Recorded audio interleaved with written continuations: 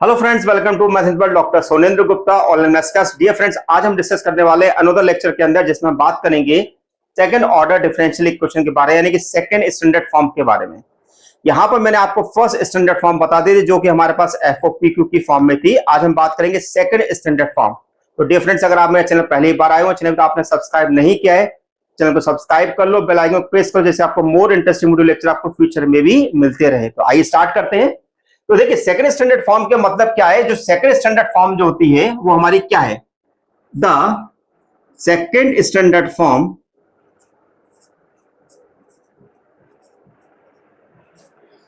Of non linear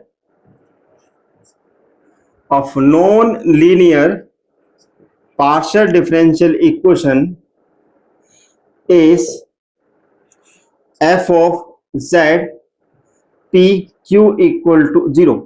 अब देखिए, ऐसी फॉर्म को हम नॉन लीनियर कह रहे हैं जिसमें हमारे पास z होगा, p होगा और q होगा, जिसमें लेकिन x और y नहीं होगा। where x and y are absent. अब सवाल ये उठता है कि non linear partial differential equation second standard form को उसको सॉल्व कैसे करेंगे। देखिए, जब हम सेकंड स्टैंडर्ड फॉर्म की हम बात करते हैं तो सेकंड स्टैंडर्ड फॉर्म में हम क्या करते हैं कि उसमें एक सब्स्टिट्यूशन करते हैं और उस सब्स्टिट्यूशन की हेल्प से उसको कन्वर्ट करके लेके आते हैं हम उसे ऑर्डिनरी डिफरेंशियल इक्वेशन की फॉर्म में। जैसे वो ऑर्डिनरी डिफरेंशियल इक्वेशन की फॉर्म में कन्वर्ट हो जाता है तो वापस उसको हम उसका जो भी हमने सब्स्टिट्यूशन किया है वहां पर उसको सब्स्टिट्यूट कर देते हैं और वो हमारा रिक्वायर्ड जो सोल्यूशन आता है वो हमारे पास कंप्लीट सोल्यूशन की कैटेगरी में आता है। तो देखिए, समझते हैं कि वो रिक्वायर्ड सब्स्टिट्यूशन क्या है। देखिए, सबसे पहले तो आपको क्वेश्चन में ये पहचानना है कि हमारे पास क्वेश्चन सेकंड स्टैंडर्ड फॉर्म का है कि नहीं है। जैसे आपने डिक्लेयर कर दिया कि हमारा क्वेश्चन सेकंड स्टैंडर्ड फॉर्म का है, तो यहां पर हम क्या करेंगे, ये क्वेश्चन नंबर 1 है और इक्वेशन नंबर 1 में हमारे पास साफ साफ दिखाई दे रहा है कि मेरे पास z जो है एक्स वाई का फंक्शन हमें दे रखा है। क्या दे रखा है? एक्स वाई का फंक्शन दे रखा है। तो हम यहाँ पर सपोज करेंगे, suppose u equal to x plus a y. जैसे मैं u equal to x plus a y रखूंगा, उठा के मैं इधर रखूंगा, तो मेरे पास क्या होगा, देन जो मेरे पास इक्वेशन जो हो जाएगी वो z equal to f of u की फॉर्म में कन्वर्ट हो जाएगी। तो अब इससे फायदा क्या मिलेगा, इसको मैंने पार्शियली डिफरेंशिएट किया with respect to x and y respectively. तो मेरे पास क्या मिलेगा, this is the del u by del x equal to 1 और del u by del y equal to a। Okay, यहां पर a जो है कांस्टेंट है। अब देखिए, आपने देखा कि मेरे पास z जो है एक्स वाई का फंक्शन है और u क्या है, हमारे पास एक्स वाई का फंक्शन है। z जो हो गया u का फंक्शन हो गया। तो साफ साफ दिखाई दे रहा है clearly z is a composite function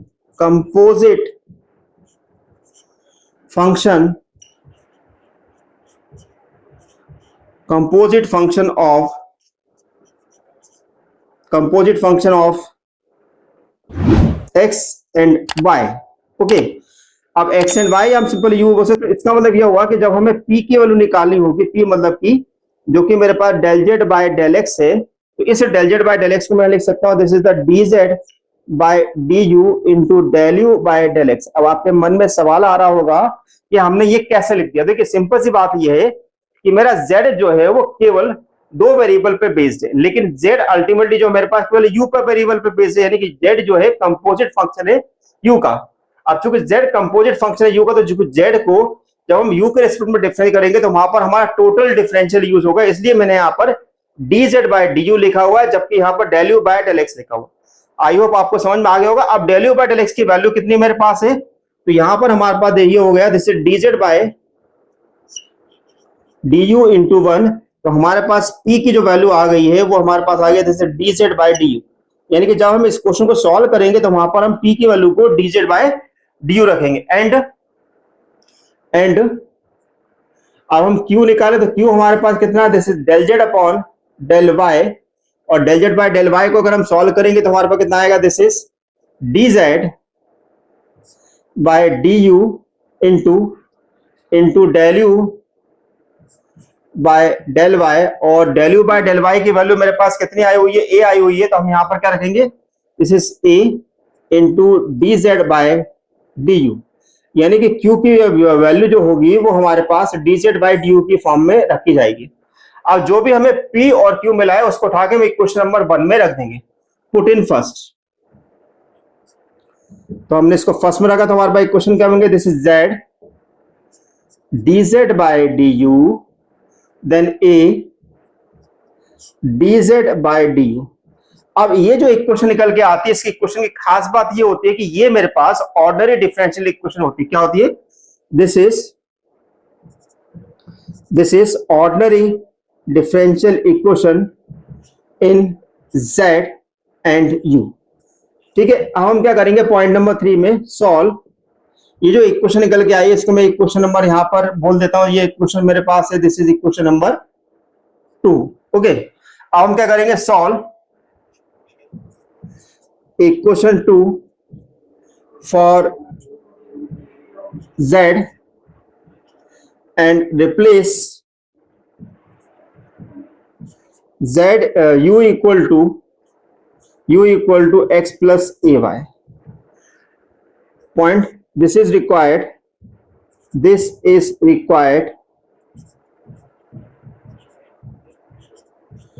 complete solution। तो इस प्रकार से हमें अपना कंप्लीट सॉल्यूशन मिल जाएगा। ठीक है, एक बार फिर से हम समझ लेते हैं कि ओवरऑल में करना क्या है। सबसे पहले क्वेश्चन में हमें यह पहचानना है कि हमारा क्वेश्चन सेकंड स्टैंडर्ड फॉर्म का है कि नहीं है। जैसे क्वेश्चन सेकंड स्टैंडर्ड फॉर्म का होगा उसमें z भी होगा, p भी होगा, q भी होगा, लेकिन x और y नहीं होगा। आगे चल के मैं आपको ऐसे क्वेश्चन भी सॉल्व कराऊंगा जिसमें हमारे पास x और y इन्वॉल्व है, लेकिन उसको हम रिमूव करके सेकंड स्टैंडर्ड फॉर्म में ला सकते हैं, लेकिन अभी उसको हम बाद में बात करेंगे। तो यहां पर u बराबर x प्लस ए वाई ले लेंगे। एक बात का ध्यान रखना, जो भी यहां पर आप u equal to x plus a y ले रहे हैं तो आप क्वेश्चन में पहले चेक कर लेना कि कहीं आपके पास आर्बिट्रेरी कांस्टेंट पहले से a मौजूद तो नहीं इक्वेशन का। यदि अगर ऐसा है तो हम क्या करेंगे, u equal to x plus b y ले लेंगे। हम यहां पर a को चेंज कर सकते हैं अपने हिसाब से। तो यहां पर p की वैल्यू को dz अपॉन du ही रखना है और q की वैल्यू को a dz बाई du रखना है। उठा के इक्वेशन नंबर 1 में रखेंगे और इक्वेशन नंबर 1 को हम सॉल्व कर देंगे, जो हमारा रिक्वायर्ड सॉल्यूशन बन जाएगा। अब मैं आपको इस पर बेसिक क्वेश्चन सॉल्व करा रहा हूं जिससे आपको और बेहतर तरीके से समझ में आएगा कि बेसिकली हम यहाँ पर सेकेंड स्टैंडर्ड फॉर्म को सॉल्व कैसे करते हैं। आइए देखें हमारे पास क्वेश्चन क्या है। तो हमारा क्वेश्चन है p q plus q q equal to 3p/qz। अब इस क्वेश्चन में आप साफ साफ देख रहे होंगे कि यहाँ पर हमारे पास जो है इस इक्वेशन के अंदर हमारे पास p है, q है जिनकी डिग्री 1 है और साथ में z इन्वॉल्व हो रहा है। तो इसका मतलब ये है कि ये हमारे पास डिफरेंशियल इक्वेशन जो है ये हमारे पास सेकंड स्टैंडर्ड फॉर्म की कैटेगरी में आती है। अब चूंकि क्वेश्चन हमारे पास सेकंड स्टैंडर्ड फॉर्म का है तो यहां पर हम इसको बोल देंगे इक्वेशन नंबर 1। दिस इज, अब यहां पर स्पेसिफाई करेंगे कि this is second standard form. अगर आप सेकंड स्टैंडर्ड फॉर्म नहीं लिखना चाहते तो इस स्टैंडर्ड फॉर्म का फॉर्मेट लिख दीजिएगा, second standard form of non LPDE. Okay, अब जैसे कि मैंने आपको बताया था क्वेश्चन में देख लो कि हमारे पास आर्बिट्रेरी कांस्टेंट एक्स तो है नहीं है, तो यहां पर क्या बोलेंगे, suppose u equal to x plus a y then and z equal to f of u such that, जो भी मैंने आपको बताया था वैल्यू अब यहां पर हम डायरेक्ट रखेंगे, यहां पर हमें इवेल्यूएट करने की जरूरत नहीं है। तो p बराबर मेरे पास था dz by du and q equal to था a dz बाई du। रखें हम यहां पर, तो क्या मिलेगा हमें, पुट इन फर्स्ट। तो हमारे पास इक्वेशन क्या आएगा, this is dz by du का power 3 plus a dz by du की power 3 equal to 3 dz by du a dz by du into z। Okay, तो अब ये मेरे पास क्या होगा, दोनों से dz बाई du मेरे पास कॉमन निकल जाएगा पावर 3 की फॉर्म में, और मेरे पास आएगा 1 plus a q equal to 3 dz by du का square into a into z। अब dz बाई du का होल स्क्वायर में से एक हमारे पास कैंसिल हो जाएगा, तो मेरे पास जो dz बाय du जो होगा वो मेरे पास हो जाएगा this is 3az upon 1 plus a Q, है ना। 1 प्लस ए क्यू को मैंने डिवाइड कर दिया। अब हम क्या करेंगे, तो ये मेरे पास हो गए ऑर्डिनरी डिफरेंशियल इक्वेशन में। अब हम क्या करेंगे, यहाँ पर वेरिएबल सेपरेबल फॉर्म मेरे पास अप्लाई हो रही है, तो हम यहाँ पर क्या करेंगे, this is dz upon z equal to 3a upon 1 plus a q into du। अब सिंपली इसको हम इंटीग्रेट कर देते हैं, तो हमने यहां पर इसको इंटीग्रेट किया ऑन बोथ साइड, तो मेरे पास कितना मिलेगा, this is log z equal to 3a upon a q plus 1 into u plus c. एक नया मैंने कांस्टेंट डाल दिया इंटीग्रल का c। अब यहां पर हम क्या करेंगे, u की वैल्यू को रख देंगे, तो log z equal to 3a upon a q plus 1 और u मेरे पास था x plus a y plus c. तो इस प्रकार से हमारे पास जो सॉल्यूशन आएगा ये हमारे पास क्या आएगा, this is required complete solution, this is required complete solution. जो भी हम यहाँ पर सॉल्यूशन निकालेंगे वो हमेशा हमारे पास कंप्लीट सॉल्यूशन के कैटेगरी में ही होगा, complete solution. Okay, I hope आपको समझ में आ गया होगा किस प्रकार सॉल्व करें। मैं आपको एक क्वेश्चन और सॉल्व करा रहा हूं जिसमें हम यहाँ पर पहले से ही डिफरेंशियल इक्वेशन के अंदर एक कांस्टेंट लेके चलेंगे, जिससे कि हमारे पास क्वेश्चन में हम क्या सब्स्टिट्यूशन चेंज करते हैं, जैसे कि आपको और अच्छी तरीके से समझ में आ जाता है। पहले आप इतना नोट कर ले, फिर हम आगे मूव करते हैं। तो आइए देखते हैं हमारे पास सेकंड क्वेश्चन, जिसमें हम बात करेंगे z square p square plus q square plus 1 equal to a square. अब देखिए इस क्वेश्चन के अंदर मेरे पास एक आर्बिट्ररी कांस्टेंट पहले से दे रखा है, और यदि हमारे पास किसी क्वेश्चन में अगर पहले से कोई दूसरा आर्बिट्ररी कांस्टेंट हमारे पास दे रखा है जो कि हमारे पास मेन सब्स्टिट्यूशन से अगर मैच करता है, तो वहां पर हम वो चेंज कर सकते हैं। तो यहां पर हम करने वाले क्या है, तो पहले इसको हम बोल देते हैं क्वेश्चन नंबर 1, है ना, और यहां पर स्पेसिफाई कर देते हैं कि this is second standard form. ये लिखना बिल्कुल भी नहीं भूलना है क्वेश्चन में, second standard form of non LPDE, non LPDE. Okay, suppose, अब यहां पर हमारा सपोज क्या हो जाएगा, यहां पर हम लिखेंगे u equal to x plus b y. ध्यान दीजिएगा यहाँ पे क्वेश्चन में ऑलरेडी a है, तो मैंने यहां पर b ले लिया। एंड अब हमारे पास एक क्वेश्चन क्या हो गया, z equal to f of u की फॉर्म में हमारे पास कन्वर्ट हो गई है, such that p equal to dz by du, ये हमारे पास एज इट इज रहेगा, और q की जो वैल्यू होगी वो हमारी चेंज हो जाएगी dz by du।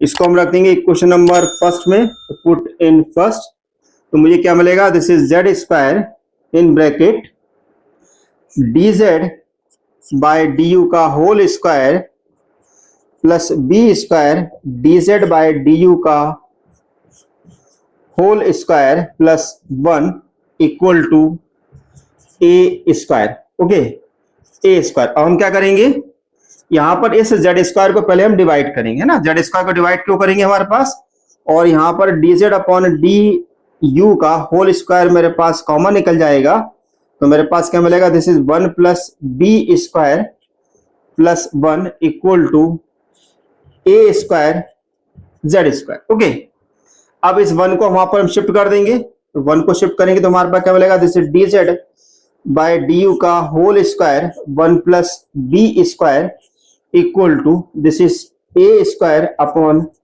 Z square minus 1। इसको हम यहाँ पर सिंप्लीफाई करें तो ये मेरे पास क्या आएगा, a square minus z square upon of z square, और आपके पास इक्वेशन आ रही है this is dz by du का whole square 1 plus b square. अब हम क्या करेंगे, इसका निकाल देते हैं रूट, तो रूट निकालेंगे तो मेरे पास कितना आएगा, this is dz by du into under root 1 plus b square. ठीक है, बात समझ में आई ना, क्योंकि अगर रूट निकालो तो यहाँ पर तो स्क्वायर है नहीं, तो यहाँ पर रूट हो जाएगा, तो यहाँ पर कितना मिलेगा, this is under root a square minus z square upon of z square, तो ये हमारे पास मिल जाएगा this is d z upon d u under root 1 plus b square, this is under root a square minus z square upon of Z.